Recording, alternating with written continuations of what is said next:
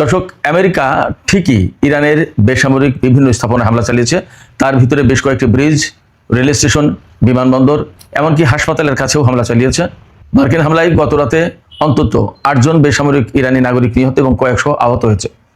এর জবাবে গতকাল রাতে ইরানও কুয়েত, বাহরাইন, জর্দান, সংযুক্ত আরব আমিরাত, কাতার, ওমান এই সমস্ত জায়গায় মার্কিন অবস্থানে হামলা চালিয়েছে। এর ভিতরে বাহরাইনে মার্কিন সামরিক অবস্থান একদম গুড়িয়ে দিয়েছে। সেখানে বলা হয়েছে যে ঘাঁটি আগে ছিল না, এইরকম একটা অবস্থা তৈরি করে ফেলেছে। এদিকে সবচেয়ে বড় ঘটনা ঘটেছে সিরিয়ায়। সিরিয়ার আল তানফ এলাকা, ইরাক সীমান্তে, সেখানে মার্কিন সামরিক ঘাঁটি আছে, সেই জায়গায় হামলা চালিয়েছে ইরান। তার মানে মধ্যপ্রাচ্যের যুদ্ধের বিস্তৃতি কিন্তু আরো বেশি ছড়িয়ে পড়ল। এপাশে ইরাকের প্রতিরোধকামী যোদ্ধারা মার্কিন প্রেসিডেন্ট ডোনাল্ড ট্রাম্পের মাথার দান ঘোষণা করেছে $1 কোটি, অর্থাৎ তাকে হত্যা করতে পারলে নাকি তারা $1 কোটি পুরস্কার দেবে। অন্যদিকে আরেকটি উদ্বেগজনক খবর আছে। পাকিস্তান নাকি ইরান সরকারকে জানিয়েছে ইরান যদি সৌদি আরবের উপর হামলা করে তাহলে পাকিস্তান এই যুদ্ধে জড়িয়ে যাবে। ব্যাপারটা যদি তাই হয় তাহলে কিন্তু অনেক সমীকরণ বদলে যাবে, অনেক ঘটনা পাল্টে যাবে। মধ্যপ্রাচ্যের যে পরিস্থিতি তাতে পাকিস্তান জড়িয়ে যাচ্ছে কিনা সেই প্রশ্ন তুলেছিলাম আমি গত 2 দিন আগের একটা ভিডিওতে সম্ভবত। তো সামগ্রিকভাবে যে পরিস্থিতি তাতে একদম যুদ্ধ থামার তো কোনো লক্ষণই নেই, বরং কঠিন পর্যায়ে গেছে যুদ্ধ। এই অবস্থায় হরমুজ প্রণালী একদমই প্রায় বন্ধ। হরমুজ প্রণালী ইরানের নিয়ন্ত্রণে রয়েছে। আন্তর্জাতিক গণমাধ্যমেও সেই রকমই আভাস দেওয়া হচ্ছে, অন্তত আল জাজিরাতে তাই দেখলাম। পাশাপাশি আন্তর্জাতিক জ্বালানি সংস্থা IEA, যেটা এই IEA, তারা হুঁশিয়ারি উচ্চারণ করে বলেছে এখনই যদি যুদ্ধ না থামানো হয় তাহলে সারা বিশ্বে জ্বালানি নিয়ে উদ্বিগ্ন হওয়ার অবশ্যই কারণ আছে এবং পরিস্থিতি খুবই মারাত্মক অবস্থার দিকে যাচ্ছে। সুপ্রিয় দর্শক, ইরান আমেরিকার মধ্যকারের যুদ্ধ, মধ্যপ্রাচ্যের বর্তমান পরিস্থিতি এবং পাকিস্তানের সম্ভাব্য জড়িয়ে পড়ার যে ভাইরাল খবর, এরপরে জ্বালানি পরিস্থিতি, এই সমস্ত সবকিছু নিয়ে এখনকার এই ভিডিওতে আমি বিস্তারিত আলোচনা করার চেষ্টা করব। আশা করি আপনারা শেষ পর্যন্ত সঙ্গে থাকবেন। আর ভিডিও ভালো লাগলে লাইক, কমেন্ট, শেয়ার করবেন এবং চ্যানেলটি সাবস্ক্রাইব করে সাথেই থাকবেন। দর্শক, চলুন বিস্তারিত আলোচনা করা যাক। আমেরিকা বলেছিল, মার্কিন প্রেসিডেন্ট বিশেষ করে ডোনাল্ড ট্রাম্প, তিনি বলেছিলেন যে ইরানের সেতু এবং বিদ্যুৎ কেন্দ্র সহ বেসামরিক অবকাঠামোতে হামলা চালাতে পারেন। ঠিকই মার্কিন সেনারা গত রাত থেকে সে কাজটা করা শুরু করেছে। এর আগেও যদিও মার্কিন সেনারা ভেতরে ভেতরে এই কাজটা করছিল, গত রাতে আমেরিকা ইরানের বেশ কয়েকটা ব্রিজের উপর হামলা করেছে এবং ব্রিজের উপর হামলা করার কারণে অন্তত 8 জন বেসামরিক নাগরিক নিহত হয়েছে এবং বহু মানুষ আহত হয়েছে। এছাড়া ইরানের অন্তত একটি রেল স্টেশন, বিমানবন্দর এবং গতকাল দিনের বেলায় সম্ভবত ইরানের একটি ক্যান্সার হাসপাতাল, শিশুদের ক্যান্সার হাসপাতাল, সেই হাসপাতালের কাছাকাছি হামলা চালিয়েছে, যার প্রেক্ষাপটে সেই হাসপাতাল থেকে ক্যান্সার রোগীদেরকে অন্য জায়গায় সরিয়ে নিতে বাধ্য হয়েছে তাৎক্ষণিকভাবে। আমেরিকা এইভাবে হামলা চালিয়েছে ইরানের উপরে, আমরা খবর থেকে যা দেখতে পাচ্ছি। তুরস্কে নেটো সম্মেলনের পর আমেরিকা যে হামলা শুরু করেছে, এই হামলা থেকে এই পর্যন্ত ইরানের অন্তত 38 জন নিহত এবং 400-র বেশি মানুষ আহত হয়েছে। এর ভিতরে গতকাল ইরান শহরে মার্কিন বাহিনীর হামলায় ইরানের সামরিক ঘাঁটিতে হামলা করেছে এবং সেখানে 7 জন ইরানি সেনা শহীদ হয়েছেন। গত কয়েকদিন মার্কিন সামরিক বাহিনী যে সমস্ত জায়গায় হামলা চালিয়েছে তার একটা বর্ণনা দিলে আপনারা বুঝতে পারবেন যে আমেরিকা কতটা অ্যাগ্রেসিভলি হামলা চালাচ্ছে ইরানের উপরে। মানে এখন পুরো মাত্রায় যুদ্ধ চলছে, এখন আর টুকটাক যুদ্ধের পর্যায়ে নেই। আমি নামগুলো বলে আপনারা খেয়াল করুন। ইরানের বন্দর আব্বাস, চবাহার, বুশেহের, আহবাজ, ইরান শাহর, কোনারাক, জাস্ক, সিরিক, কেশম, ইরান শাহর, আবু মুসাদ্বীপ, খার দ্বীপ, গ্রেটার তুম্ব আইল্যান্ড, সিরাজ, ক্ষুদ্রমাবাদ, সেমনান, উর্মিয়া এবং হামেদান, এই সমস্ত শহরে দ্বীপে হামলা চালিয়েছে। এই শহরগুলো প্রায় সবই ইরানের দক্ষিণাঞ্চলীয় এলাকাতে, উপকূল ভাগ এবং দক্ষিণাঞ্চলীয় এলাকাতে, দক্ষিণ পশ্চিমাঞ্চল, দক্ষিণ পূর্বাঞ্চল, এই সমস্ত এলাকায় অবস্থিত। তো গতকাল রাতে যখন ব্রিজে এবং বিমানবন্দরে, রেল স্টেশনে হামলা চালিয়েছে তখন ডোনাল্ড ট্রাম্প তার ঘোষণা বাস্তবায়ন করেছেন, এটাই বলা যায়, বেসামরিক অবকাঠামো লক্ষ্য করে হামলা। এর প্রতিবাদে ইরান দুটো কাজ করেছে। একটা হচ্ছে জাতিসংঘে নিযুক্ত ইরানের স্থায়ী প্রতিনিধি আমির সাইদ ইরাবানি, তিনি জাতিসংঘ মহাসচিবের কাছে একটি চিঠি দিয়েছেন। এই চিঠিতে তিনি আমেরিকার হামলার নিন্দা জানিয়েছেন। পাশাপাশি তিনি বলেছেন আমেরিকা যে এই সমস্ত সেতু, রেল স্টেশন, বিমানবন্দর বা হাসপাতালের ধারে কাছে এইরকম বিভিন্ন বেসামরিক স্থাপনা লক্ষ্য করে হামলা চালাচ্ছে, এটা সম্পূর্ণ যুদ্ধ অপরাধ, এই অভিযোগ তিনি করেছেন। আর যে কাজটা ইরান করেছে সেটি হচ্ছে যে সামরিক উপায়ে জবাব দিয়েছে। গতকাল আমেরিকা যেমন বড় রকমের হামলা চালিয়েছে ইরানের বিশাল এরিয়া জুড়ে, তেমনি ইরানও সামরিক উপায়ে পাল্টা জবাব দিয়েছে, প্রচণ্ড রকম জবাব দিয়েছে।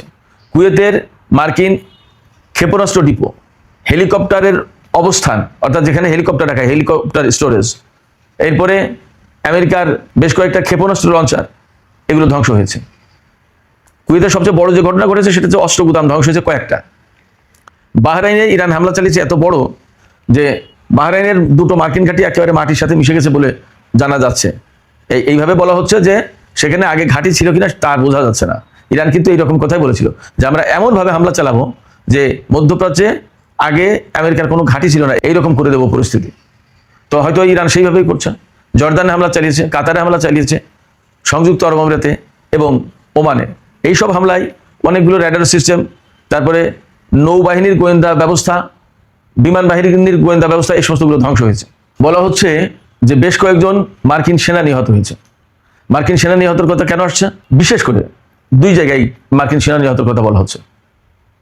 কুয়েতে যে হামলা হয়েছে এই জায়গায় মার্কিন সেনা নিহত হয়েছে কিছু, আর সবচেয়ে বেশি নাকি নিহত হয়েছে সিরিয়ার আল তানফ সামরিক ঘাঁটিতে। আল তানফ হচ্ছে মার্কিন সামরিক ঘাঁটি, এটা ইরাক এবং সিরিয়ার সীমান্তে অবস্থিত। অর্থাৎ বলা যায় যে পূর্ব সিরিয়া বা সিরিয়ার দক্ষিণ পূর্ব এলাকা হবে আর ইরাকের পশ্চিমাঞ্চল হবে। এই জায়গায় এই হামলাটা হয়েছে, আল তানফ মার্কিন সামরিক ঘাঁটি।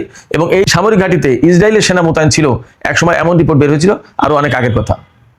তো এই আল তানফ ঘাঁটিতে ইরান কেন হামলা চালালো? বলা হচ্ছে এই আল তানফ ঘাঁটি থেকে আমেরিকা ইরানের উপর হামলা চালিয়েছে। তো ব্যাপারটা যদি তাই হয় তাহলে ইরান ডেফিনেটলি হামলার উৎসস্থল খুঁজে বের করেছে যে কোথা থেকে এই হামলা হলো, এবং সেই জায়গায় পাল্টা হামলা চালিয়েছে। বলা হচ্ছে আল তানফ ঘাঁটিতে হামলার কারণে বেশ কয়েকজন মার্কিন সেনা নিহত হয়েছে। শুধু নিহত না, কয়েকজন আহত হয়েছে, তার মানে হতাহতের ঘটনা ঘটেছে। তো সামগ্রিকভাবে মধ্যপ্রাচ্যের যে যুদ্ধ চলছে আমেরিকা এবং ইরানের ভেতরে, সেই যুদ্ধ ক্রমেই বড় আকার ধারণ করছে এবং এখন সিরিয়ার আল তানফ ঘাঁটিতে হামলা চালানোর কারণে এই যুদ্ধ কিন্তু আরো আঞ্চলিক পর্যায়ে বৃহত্তর অঙ্গনে ছড়িয়ে পড়লো। এই জায়গা থেকে ইরান আঞ্চলিক দেশগুলোর প্রতি একটা আহ্বান জানিয়েছে। ইরানের সশস্ত্র বাহিনীর মুখপাত্র ব্রিগেডিয়ার জেনারেল আবুল ফাজল শেখারচি তিনি বলেছেন, এই মধ্যপ্রাচ্য অঞ্চলে মার্কিন সামরিক বাহিনীর উপস্থিতির কারণেই নিরাপত্তাহীনতা সৃষ্টি হয়েছে এবং অস্থিতিশীলতার সৃষ্টি হয়েছে। মার্কিন বাহিনীকে যদি এখান থেকে সরিয়ে দেওয়া যায়, প্রত্যাহার করার ব্যবস্থা করা যায়, তাহলেই শুধুমাত্র মধ্যপ্রাচ্যে শান্তি আসবে, স্থিতিশীলতা ফিরে আসবে।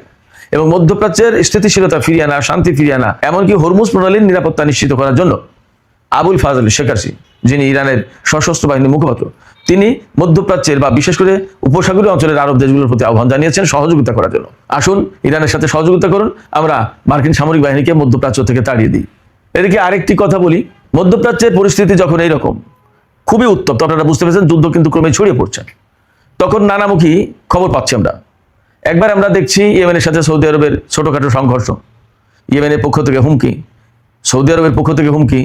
আবার গতকাল সৌদি পররাষ্ট্রমন্ত্রী প্রিন্স ফয়সাল বিন ফারহান বক্তব্য দিলেন যে আমরা আর আমেরিকার নিরাপত্তার উপর নির্ভর করব না। আবার এখন শোনা যাচ্ছে ইরান যদি সৌদি আরবের উপর হামলা চালায় তাহলে পাকিস্তান এই যুদ্ধে জড়িয়ে পড়বে, এইভাবে নাকি পাকিস্তান সরকার ইরান সরকারকে মেসেজ দিয়েছে।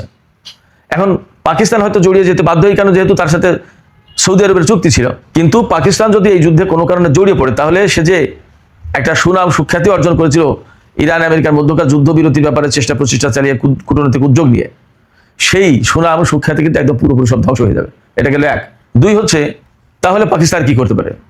পাকিস্তান এখানেও কূটনীতির আশ্রয় নিতে পারে, ইরান এবং সৌদি আরবের মধ্যে যে গ্যাপ আছে সে ব্যাপারে দুতিয়ালি করতে পারে, দুই দেশের সঙ্গে কথা বলতে পারে, এবং সবচেয়ে বড় যেটা সেটা হচ্ছে আন্তর্জাতিক অঙ্গনে সে তৎপরতা চালিয়ে আমেরিকাকে ইসলামাবাদ সমঝোতায় ফিরিয়ে আনার চেষ্টা করতে পারে।